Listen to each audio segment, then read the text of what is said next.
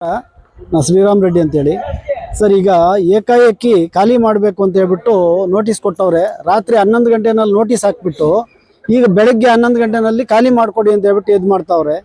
ರೈತರು ಎಲ್ಲ ರೈತರೆಲ್ಲ ತುಂಬ್ಕೊಂಡು ಬಂದಿದ್ದಾರೆ. ಅವ್ರ ಮಾಲ್ ಎಲ್ಲಿ ಹಾಕಬೇಕು, ಎಲ್ಲಿ ಇಳಿಸ್ಬೇಕು, ಯಾವುದೇ ಮಾಹಿತಿ ಇಲ್ಲದಿರಾ, ಕಾಲಾವಕಾಶ ಕೊಡ್ದಿರಾ ಏಕಾಏಕಿ ಖಾಲಿ ಮಾಡಕ್ಕೆ ಹೇಳ್ತಾವ್ರೆ. ನಮಗೆ ಆತಂಕ ಆಗಿದೆ, ಜೀವನ ನಡೆಸೋಕ್ಕೂ ಕಷ್ಟ ಆಗ್ಬಿಟ್ಟಿದೆ. ಈ ಥರ ಆತಂಕ ಕೊಡೋ ಬದಲು ಬೇರೆ ಇನ್ನೇನಾದರೂ ಮಾಡೋದು ಅವ್ರಿಗೆ ಒಳ್ಳೇದು ಸರ್. ಇದು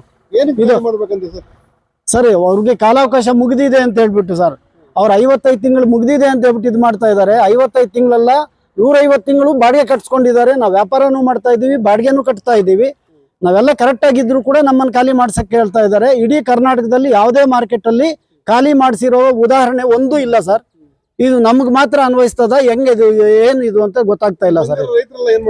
ಅದೇ ರೈತರೆಲ್ಲ ಎಲ್ಲಿ ಹೋಗ್ಬೇಕು, ರೈತರು ಎಲ್ಲಿ ಇಳಿಸ್ಬೇಕು, ಎಲ್ಲಿ ಮಾಡಬೇಕು ಸರ್? ಅದು ಇವ್ರ ಕಾರ್ಯದರ್ಶಿಗಳು, ಮಿನಿಸ್ಟರ್ಗಳು, ಈಗ ಸರ್ಕಾರನೇ ಹೇಳ್ಬೇಕು ಸರ್. ಇದು ಯಾವುದೇ ಮಾರ್ಕೆಟ್ ಅಲ್ಲಿ ಈ ವ್ಯವಸ್ಥೆ ಇಲ್ಲ ಸರ್. ಈ ಮಾರ್ಕೆಟ್ಗೆ ಯಾಕೆ ಈ ತರ ಮಾಡ್ತಾ ಇದ್ದಾರೆ? ನಮ್ಗೆ ತುಂಬಾ ತೊಂದರೆ ಕೊಡ್ತಾ ಇದ್ದಾರೆ ಸರ್. ಅದು ಸರ್, ಬಾಡಿಗೆ ಕಟ್ಟದೇ ಇರೋರು, ವ್ಯಾಪಾರ ಮಾಡದೇ ಇರೋರು ಕೆಲವೊಂದಿದ್ದಾರೆ. ಅದನ್ನ ಅವ್ರಿಗೆ ಏನ್ ಮಾಡ್ಬೇಕು, ಕಾನೂನು ಪ್ರಕಾರವಾಗಿ ಅದನ್ನ ಮಾಡ್ಲಿ. ಕರೆಕ್ಟ್ ಆಗಿ ಬಾಡಿಗೆ ಕಟ್ಟಿ ವ್ಯಾಪಾರನೂ ಮಾಡಿ ಕರೆಕ್ಟ್ ಆಗಿ ಇರೋತಕ್ಕಂಥವ್ರನ್ನ ಯಾಕೆ ಇವ್ರು ಖಾಲಿ ಮಾಡಿಸ್ತಾರೆ? ಯಾವುದೇ ಮಾರ್ಕೆಟ್ ಅಲ್ಲಿ ಈ ತರ ಯಾವ್ದು ನಡೆದಿಲ್ಲ ಸರ್. ನಮ್ಮ ಆಗ್ರಹ ನಮ್ಮನ್ನ ಖಾಲಿ ಮಾಡೋದು ಮಾಡಿಸ್ಬಾರ್ದು. ನಮ್ಗೆ ವ್ಯಾಪಾರ ಮಾಡಕ್ ಬಿಡ್ಬೇಕು. ರೈತರಿಗೆ ಯಾರಿಗೂ ತೊಂದರೆ ಆಗ್ಬಾರ್ದು. ರೈತರಿಗಾಗ್ಲಿ ಮರ್ಚೆಂಟ್ಸ್ಗಾಗ್ಲಿ ಯಾರಿಗೂ ತೊಂದರೆ ಆಗ್ಬಾರ್ದು.